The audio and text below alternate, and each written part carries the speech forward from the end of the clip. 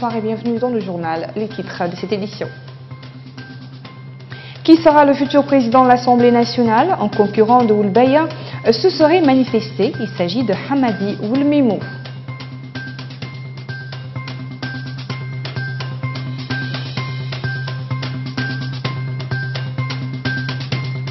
Le président de la CENI déplore la reprise du vote à Elmina et Arafat. C'est un coup porté contre les élections, estime Oulbelal.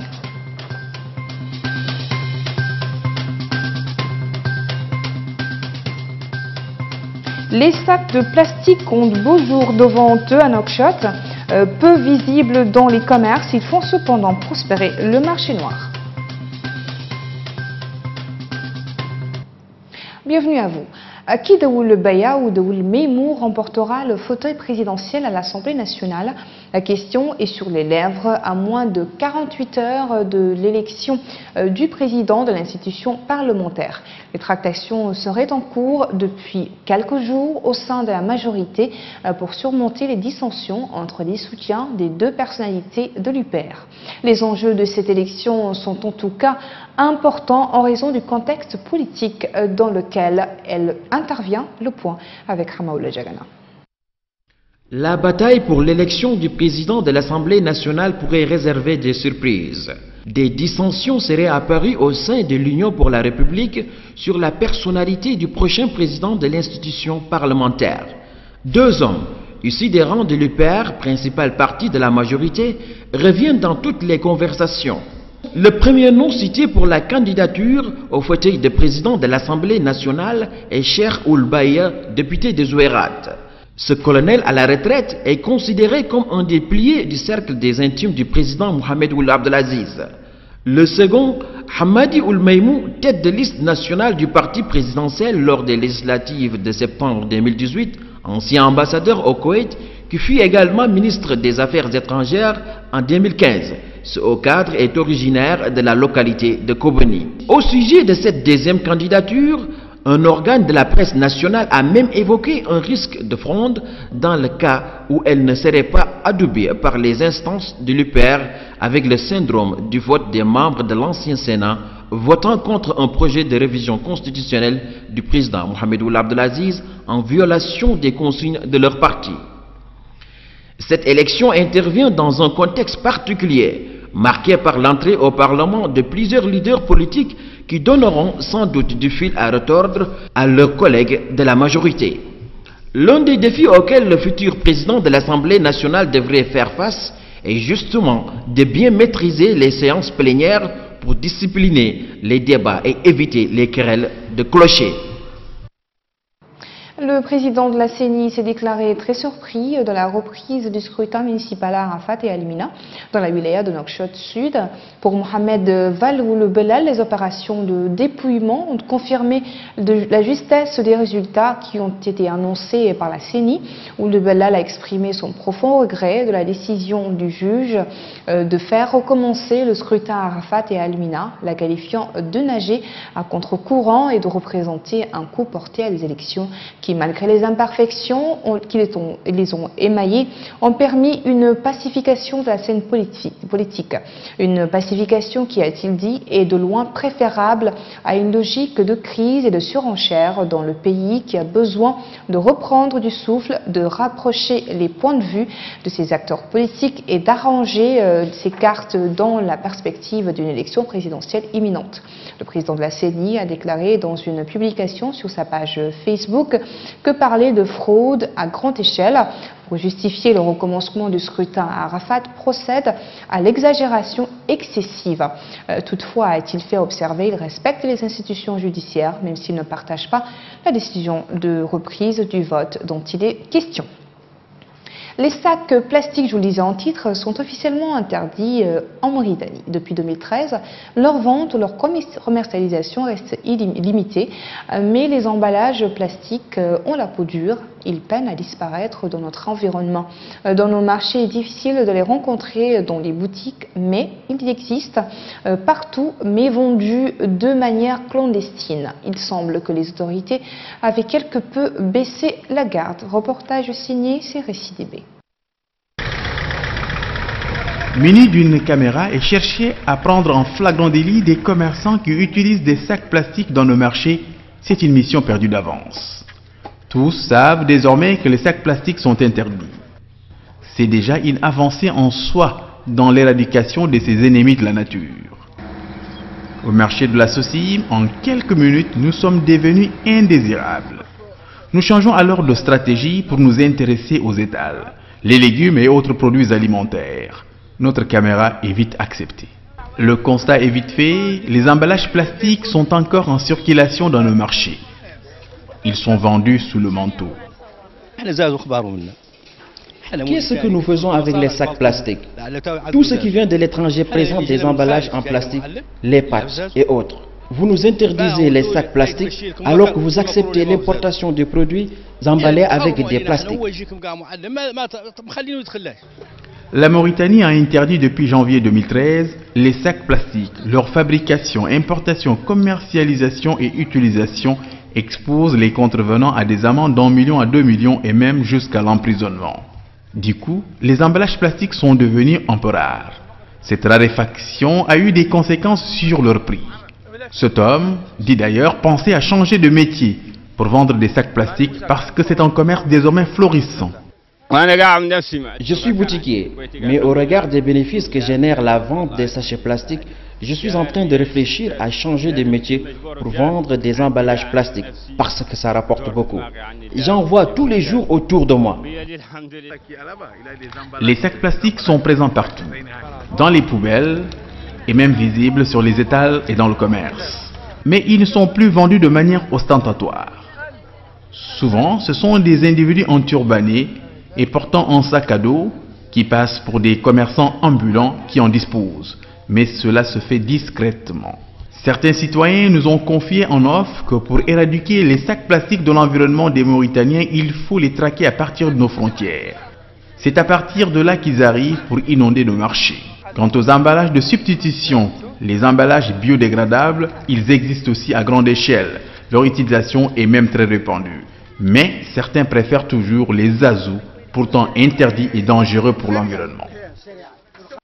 Une centaine d'acteurs de première ligne des zones impactées par la crise dans les pays du G5 Sahel, chefs coutumiers et traditionnels, imams et autres hommes de religion, membres des associations de femmes et de jeunes ainsi que des experts ont recommandé l'organisation de rencontres régulières pour un large partage des bonnes pratiques dans le cadre de la gestion des conflits. Cette recommandation a été faite à l'issue d'un atelier de concertation de 3 jours à Nouakchott. La rencontre a permis la consignation de toutes les bonnes pratiques et expériences de gestion des conflits dans un document à diffuser largement au sein du réseau et dans toutes les communautés frontalières du G5 Sahel. Les conflits dans les zones ciblées peuvent apparaître sous diverses formes, notamment entre agriculteurs et éleveurs, ou avoir parfois une dimension ethnique. Vous avez ici donc des chefs traditionnels, des chefs coutumiers, des imams, des associations de jeunes leaders, des jeunes leaders femmes aussi, mais également des femmes, des coopératives de ces zones-là. Nous avons voulu faire une rencontre de partage de la gestion des conflits. Et quand nous disons conflit, nous le voyons au sens large. Nous n'avons pas voulu seulement mettre en séance les conflits liés au phénomène de la radicalisation, mais nous pensons également qu'à la faveur, on va dire, de cette crise-là, un ensemble de conflits qui étaient latents ont également émergé. Donc nous voulons ramasser tous ces conflits-là, voir comment est-ce que les personnes de première ligne arrivent à les gérer. Nous avons effectivement aussi associé des experts qui sont venus également pour apporter leur éclairage par rapport à ces conflits-là. Au final, ce que nous voulons à travers cet exercice-là, c'est en faire un exercice de partage de bonnes pratiques. C'est-à-dire ce que nous voulons, c'est que les hommes et les femmes qui sont réunis là, qui auront écouté 3 jours durant les expériences de terrain des uns et des autres, retournent chez elles avec une idée de ce qui est faisable, copiable, transférable. Nous restons dans la sous-région. Au moins 6 policiers burkinabés ont été tués vendredi à Solé, dans le nord du Burkina Faso, près de la frontière malienne, par l'explosion d'un engin artisanal. Un incident qui intervient au lendemain de la mort de 6 soldats dans l'est du pays, dans des conditions similaires. Récit signé Hamaoula Djagana.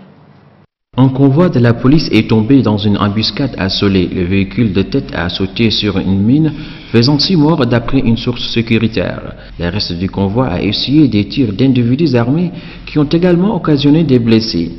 Une seconde source sécuritaire a confirmé l'attaque, évoquant également un bilan d'au moins 6 morts. Une opération de ratissage est en cours dans la zone avec des renforts venus d'autres localités. Fin août, un groupe d'individus armés avait tenté d'attaquer le commissariat de police du district de Solé peu après l'attaque d'une équipe du dit commissariat qui avait fait 1 mort. Jeudi, 6 soldats burkinabés ont été tués par l'explosion d'un engin artisanal entre Gaïri et Foutouri dans l'est du Burkina Faso au lendemain d'une attaque contre un détachement de la gendarmerie qui a fait 1 mort. Les explosions meurtrières d'engins improvisés se sont multipliées et ont coûté la vie depuis le mois d'août à 35 personnes. Le Burkina Faso, frontalier du Mali et du Niger, est le théâtre d'attaques djihadistes régulières depuis le premier trimestre 2015. Le nord et l'est sont particulièrement touchés et Ouagadougou, la capitale, a été frappée à 3 reprises. Selon un bilan officiel établi mi-septembre, les attaques terroristes ont fait 118 morts, 70 civils et 48 membres des services de sécurité. La semaine dernière, l'opposition avait organisé une manifestation à Ouagadougou pour protester contre l'incapacité du gouvernement à enrayer les attaques qui se multiplient. 4000 personnes ont manifesté à Niamey au Niger contre la loi de finances 2019 qu'elle juge antisociale. Le projet de budget était en cours d'examen au Parlement lorsque les manifestants ont tenu un meeting devant la Chambre basse. Notre combat va continuer de façon plus résolue, plus déterminée, a prévenu devant la foule Nourou Arzika, une figure de contestation. Une autre manifestation a été organisée à Dosso, dans le sud du pays, depuis octobre 2017. Un collectif de la société civile, de l'opposition politique et de quelques syndicats organisent des manifestations pour demander l'abrogation de la loi des finances. Un coup de théâtre politique a eu lieu au Cameroun à moins de 48 heures du scrutin présidentiel dimanche et pour la première fois depuis 1992, 2 opposants de poids ont annoncé une candidature commune contre le président sortant Paul Biya, candidat à un 7e mandat. Areke Mouna, l'un des principaux candidats de l'opposition, s'est rallié à la candidature de Maurice Kamto. Les 2 dirigeants ont prévu de tenir un meeting commun à Douala, la capitale économique camerounaise. Ce ralliement intéressant pour la vitalité de la vie politique camerounaise pourrait arriver trop tardivement pour créer une dynamique de fond. Nous sommes ouverts à tous ceux qui veulent rejoindre la coalition gagnante, la dynamique que le peuple camerounais lui-même a créée. Nous avons les bras ouverts, qu'ils viennent. Sport autour d'une parfaite entrée dans les éliminatoires de la CAN 2019 avec 2 victoires en 2 journées. La Mauritanie va tenter d'enchaîner contre l'Angola les 12 et 16 octobre prochains dans le cadre des 3e et 4e journées des qualifications. Dans ce cadre, le sélectionneur national, Corentin Martins, a communiqué une liste de 24 Morabitounes qui vont affronter les Angolais. Sur cette note sportive que s'achève ce journal, merci à vous de nous avoir suivis. Le rappel des principaux titres. Qui sera le futur président de l'Assemblée nationale? Un concurrent de Oulbaya se serait manifesté. Il s'agit de Hamadi Oul Meimou.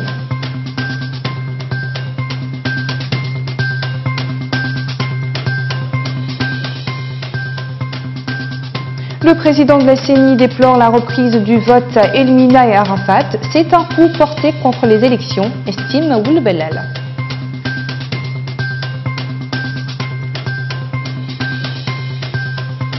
Nous avons également suivi dans cette édition les sacs plastiques qui ont beau jour devant eux à Nouakchott. Peu visibles dans les commerces, ils font cependant prospérer le marché noir. Merci de nous avoir suivis. Excellente fin de semaine à tous. Bonsoir.